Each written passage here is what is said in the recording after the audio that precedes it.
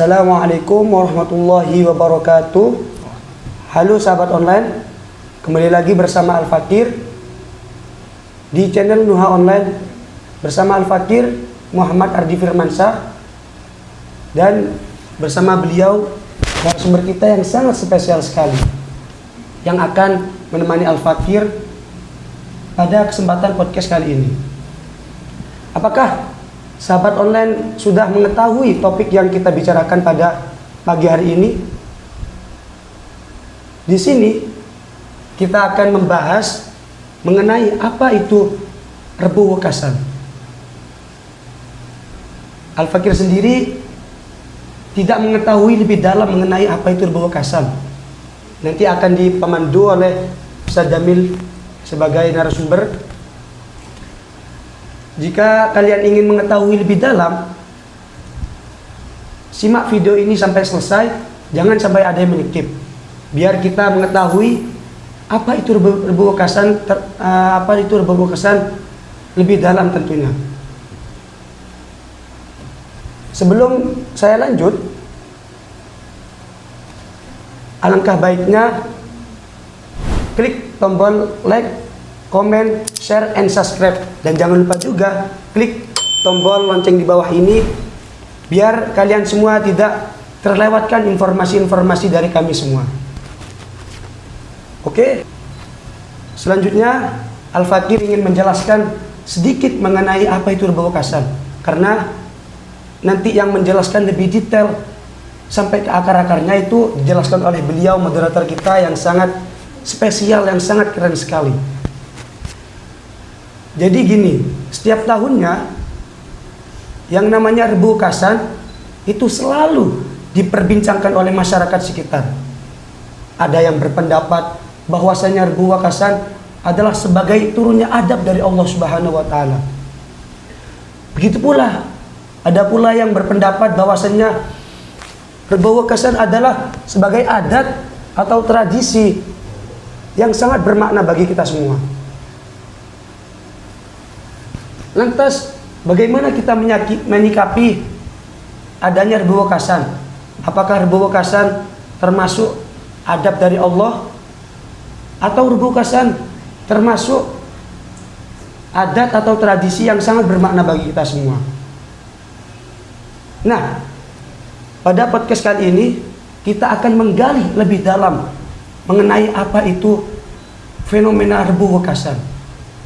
Tentunya Al-Fakir di sini tidak sendirian.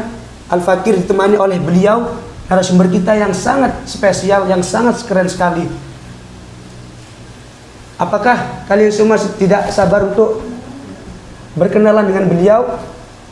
Assalamualaikum warahmatullahi wabarakatuh. Waalaikumsalam warahmatullahi wabarakatuh. Gimana kabarnya Ustaz? Alhamdulillah sehat Ustaz. Alhamdulillah. Apakah sudah makan pada pagi hari ini Ustaz? Alhamdulillah sudah sarapan. Alhamdulillah kawan-kawan, narasumber kita sudah makan. Tadi saya kira narasumber belum makan, saya akan belikan makanan untuk makan bersama Ustaz. Oke kawan-kawan. Rebu Wekasan, oh iya, maaf kawan-kawan, lupa saya untuk menjelaskan lebih detail mengenai biodata narasumber pada pagi hari ini kawan-kawan. Beliau itu bernama Ustaz Jamil Fuadi. Beliau ini adalah sebagai dosen di Universitas Al-Falah As-Sunniyah. Beliau ini sangat alim pemirsa. Beliau alim di berbagai bidang. Alim di berbagai bidang termasuk salah satunya adalah di ilmu fikih, ilmu mantek, ilmu balaghah. Bahkan beliau ini bisa mendalami ilmu tafsir kawan-kawan. Ilmu tafsir adalah ilmu yang menjelaskan mengenai Al-Quran secara detail. Nggih Ustaz? Betul. Gitu ya. Apa langsung saja kita mulai? Siap Ustaz? Siap, monggo.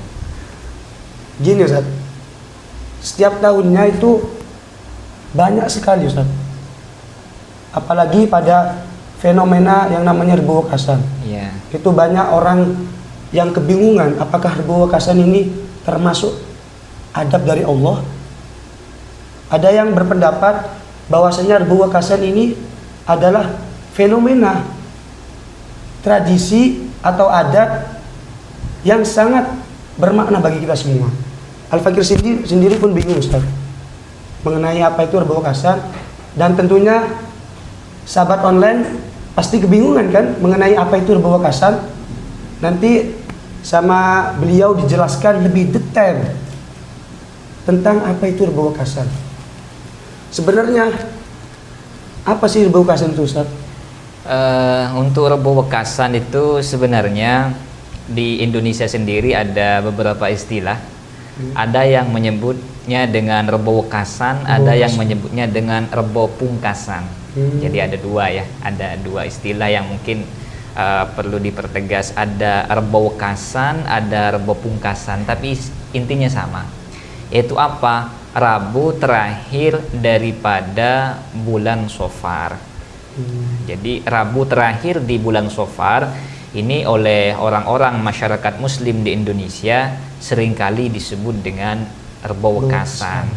Nah, untuk Shofar sendiri, menurut Al-Imam Ibnu Katsir itu pernah menjelaskan kenapa sih bulan Shofar itu disebut dengan Shofar. Kenapa dikasih nama Shofar? Ini ada filosofinya. Yang kata beliau adalah lihuluwi buyutihim, karena memang orang-orang Arab pada waktu itu ketika memasuki bulan Shofar itu biasanya rumah-rumahnya kosong.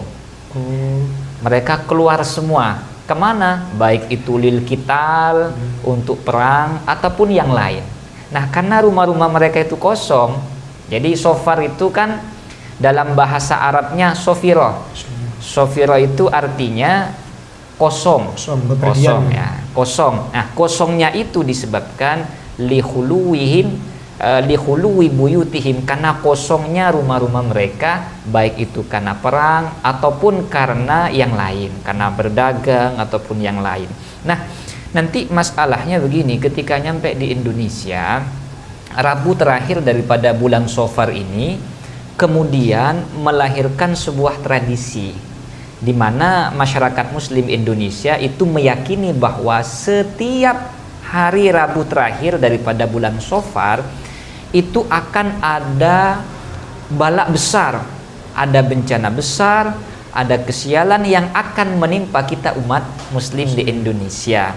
Itu keyakinan-keyakinan yang selama ini difahami oleh masyarakat Muslim di Indonesia.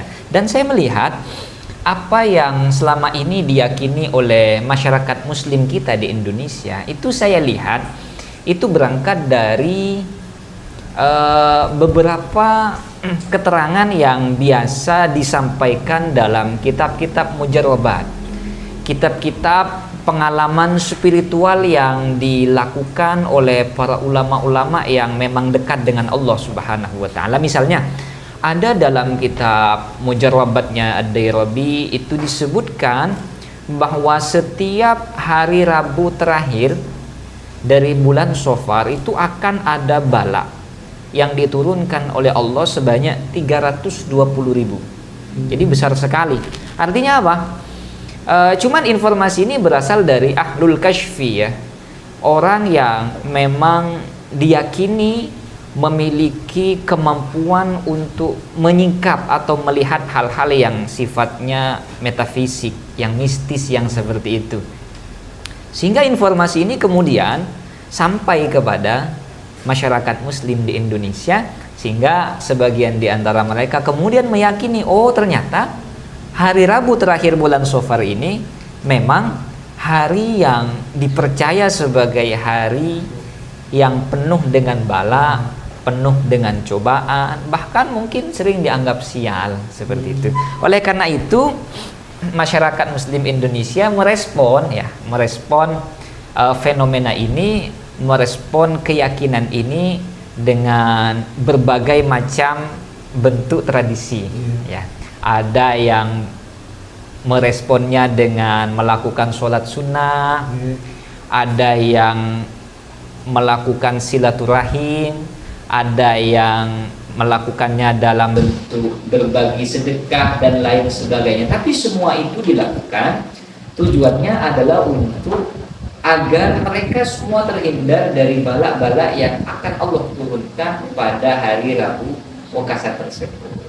Jadi itu yang saya tahu terkait dengan apa itu Rabu Wekasan dan bagaimana masyarakat Muslim Indonesia meyakini Rabu Wekasan ini.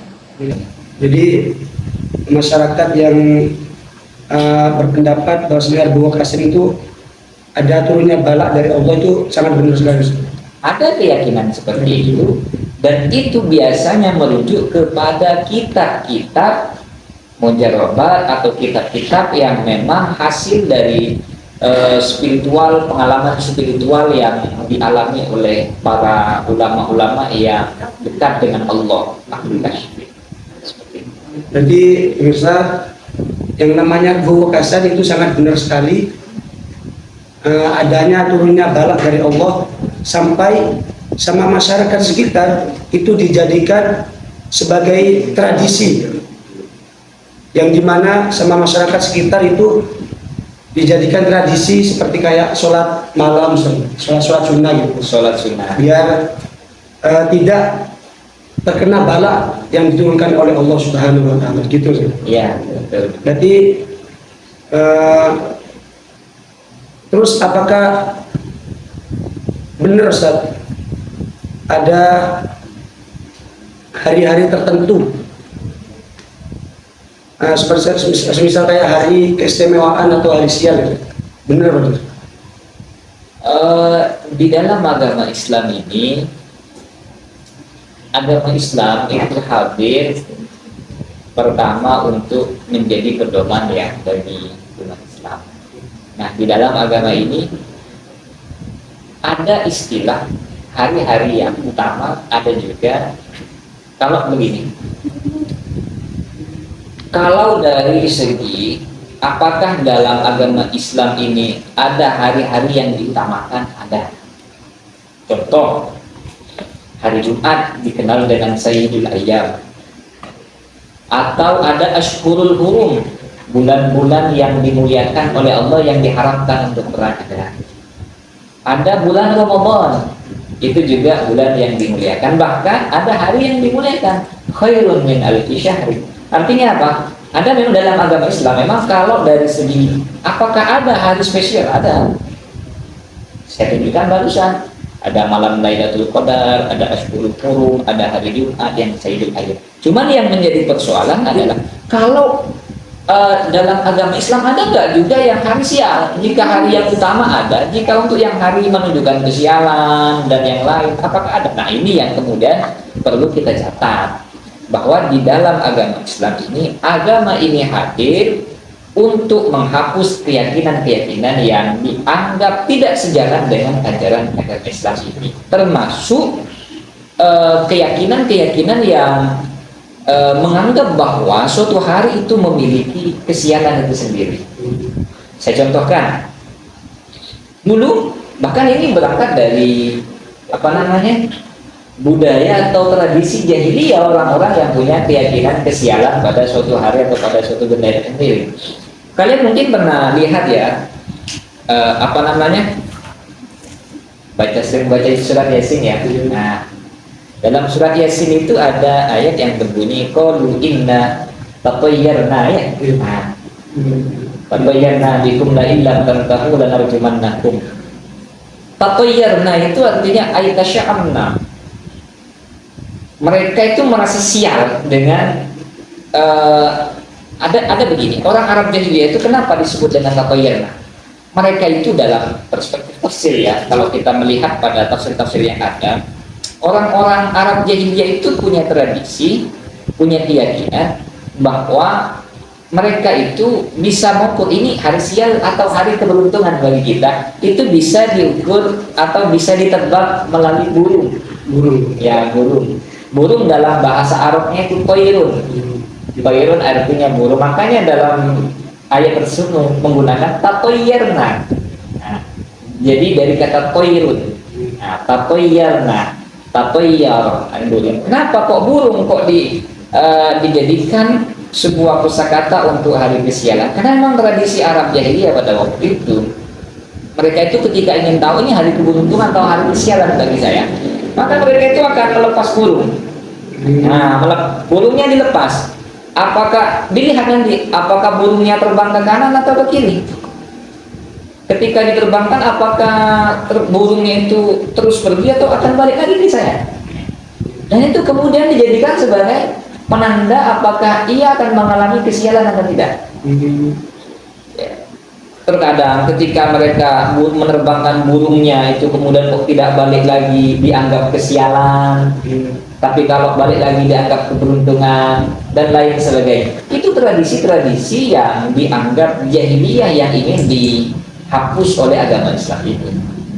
Inna tatayyarna, makanya menggunakan kata tatwiyar dari kata toirun yang artinya burung. Ya karena memang tradisi bangsa Arab pada saat itu menggunakan burung untuk melihat apakah ia akan mengalami kesialan atau tidak dalam hidup mereka dengan cara melepas burungnya. Nah, di satu sisi memang kan pernah tahu kenapa orang-orang itu kalau nikah di bulan Syawal? Itu orang-orang masyarakat Muslim di Indonesia itu biasa melaksanakan akad nikah itu bulan Syawal. Bulan Syawal setelah Ramadan ya, itu musim-musim pernikahan. Yang punya rumah tangga itu biasanya mampir ke sini gitu. Bukan, orang kalau mau nikah di bulan Syawal biasanya. Rata-rata gitu. Iya, kebanyakan di bulan Syawal atau nanti di bulan Haji ya, di bulan Idul Kurban itu biasanya banyak. Tapi lebih banyak orang itu kalau menikah di bulan Syawal, rata-rata kebanyakan. Makanya orang yang kalau sudah menikah itu kan biasa ada bowoan ya, bowo dan lain sebagainya. Itu kalau sudah bulan Syawal agak susah. Kenapa? Karena akan banyak orang menikah. Sehingga ia harus mengeluarkan banyak uang untuk bawa ke sana, dan karena memang bulan pernikahan. Pertanyaannya adalah dari mana kok bulan Syawal ini dijadikan sebagai bulan pernikahan? Ternyata memang ada dasarnya. Misalnya hal itu didasarkan pada apa yang dilakukan oleh Nabi saat menikahi Sayyidah Aisyah. Nah, Sayyidah Aisyah itu menikahi baginda Nabi itu pada bulan Syawal.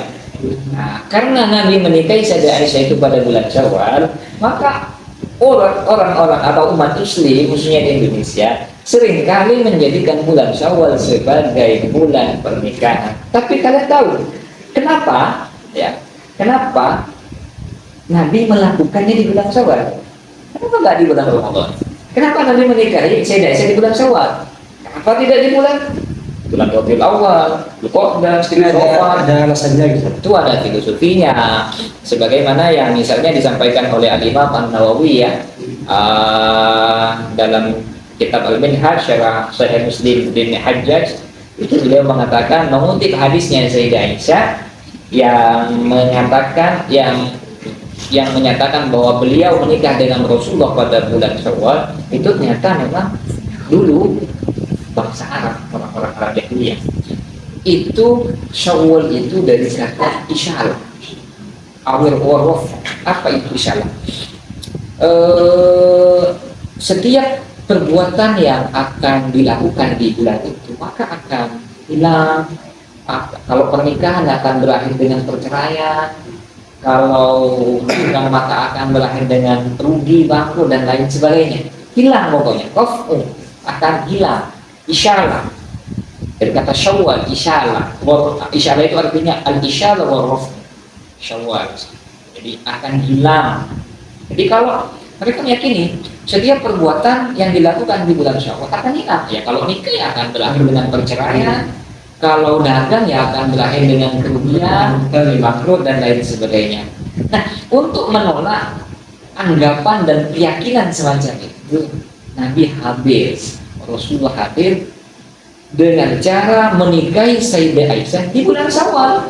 Apa tujuannya? Agar orang-orang tidak meyakini bahwa di bulan Syawal ini adalah bulan kesialan, bulan yang akan membuat pernikahan yang dilakukan bulan tersebut akan berakhir dengan perceraian. Buktinya memang tidak, maka hidup harmonis dengan Sayyidah Aisyah radhiyallahu anha. Jadi memang Islam hadir dalam beberapa kasus memang hadir untuk menghapus tradisi atau keyakinan-keyakinan yang tidak baik tersebut. Jadi nggak ada istilahnya hari sial, hari penuh bala dalam Islam nggak ada. Tapi kalau hari utama, hari yang dimuliakan ada. Jadi hari sial ataupun hari keistimewaan itu tidak ada Ustaz. Yang adanya cuma hari tadi Ustaz?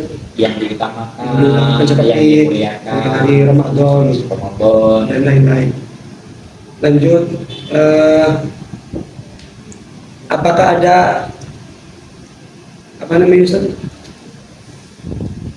pengertian atau kesimpulan untuk yang namanya hari bekasan ini Ustaz? Nah, ini mungkin perlu dicatat ya, bahwa tradisi kita memang di masyarakat Muslim di Indonesia itu ketika memasuki Rabu Wekasan atau Rabu Bekasan, mereka selalu menyambutnya dengan perbuatan-perbuatan yang baik seperti sholat, sedekah, silaturahim. Bahkan di Gresik itu banyak juga melakukan praktek-praktek yang sebenarnya bernilai pahala di hari Rabu Bekasan tersebut. Nah, oleh karena itu kita sebagai Muslim Indonesia harus bisa membedakan mana antara keyakinan dengan tradisi. Apa maksudnya? Kalau tradisi yang kita lakukan dalam menyambut hari Wekasan, Rabu Wekasan itu adalah perbuatan-perbuatan yang baik, yang positif, ya maka itu akan bernilai kebaikan, seperti sedekah, silaturahim dan lain sebagainya. Cuman yang perlu dikoreksi, yang perlu dijadikan catatan adalah yang perlu kita luruskan adalah keyakinan yang meyakini bahwa hari Rabu Wekasan adalah hari yang akan mendapatkan atau diturut akan terjadinya bala. Hari khusus yang akan mendatangkan bala. Nah, ini hari-hari yang keyakinan-keyakinan yang harus kita hindari. Kenapa? Karena keyakinan itu harus didasarkan pada sumber yang jelas. Al-Quran, hadis, ijma, dan qiyas. Dan sejauh ini saya belum menemukan satu dalil pun baik dari Quran, hadis, ijma ataupun qiyas yang menyatakan bahwa di hari Rabu terakhir dari bulan Safar akan terjadi bencana atau bala yang besar yang akan menimpa Muslim Indonesia. Sehingga keyakinan seperti ini perlu diluruskan, ya. Perlu diluruskan dan tidak perlu kita anggap sebagai keyakinan yang harus kita imani. Kalau hanya sekedar yakin percaya monggo, tapi jangan sampai ini dijadikan sebagai akidah. Kenapa? Ya karena memang sumbernya bukan dari Quran, hadis, ijma atau qiyas. Tapi di satu sisi memang ini disampaikan oleh para ulama yang memang ahlul kasyfi, memiliki kemampuan spiritual yang bisa melihat hal-hal yang sifatnya mistis. Tentu ini kita hormati sebagai keyakinan mereka itu sendiri.